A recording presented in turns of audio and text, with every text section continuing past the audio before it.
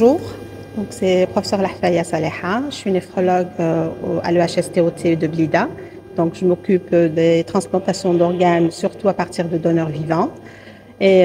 aujourd'hui, on a participé à cette journée thématique sur l'éthique et don d'organes. C'est le thème qui m'a intéressée aujourd'hui parce qu'on nous rencontrons des difficultés éthiques dans la pratique de tous les jours face aux couples qui viennent nous solliciter pour cette intervention de greffe d'organes. Donc nous remarquons qu'il y a au niveau de la loi déjà, il y a des points qui ne sont pas clairs pour le médecin qui s'occupe de ces patients et donc on se retrouve souvent dans des situations où on doit prendre des décisions alors qu'on n'a pas vraiment les outils pour prendre ces décisions et on se pose toujours la question est-ce qu'on a bien fait ou pas? Parce que des fois ça peut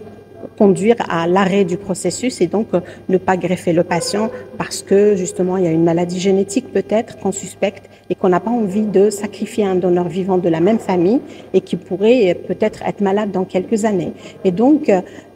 nous avons exposé certains sujets par rapport aussi à la pression que la famille va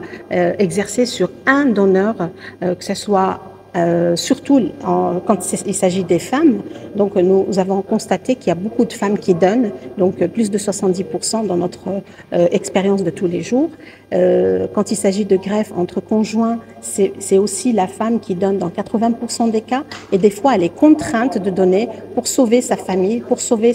et ne pas aboutir à un divorce par exemple. Il y a des pressions aussi où des jeunes ne veulent pas donner mais devant la famille, devant le frère ou la sœur malade, ils sont là pour dire qu'on est donneur et quand on arrive au vif du sujet, ils se rétractent et ça pose vraiment des problèmes au sein de la famille où le médecin se retrouve en tant que médiateur finalement pour apaiser les tensions au niveau de la famille. Donc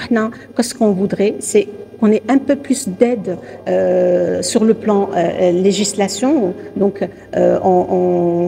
surtout les textes d'application de la nouvelle loi sanitaire qui ne sont pas encore arrivés, surtout par rapport au comité du donneur vivant. Ça va vraiment nous faciliter notre quotidien pour concrétiser ce projet qui est faramineux.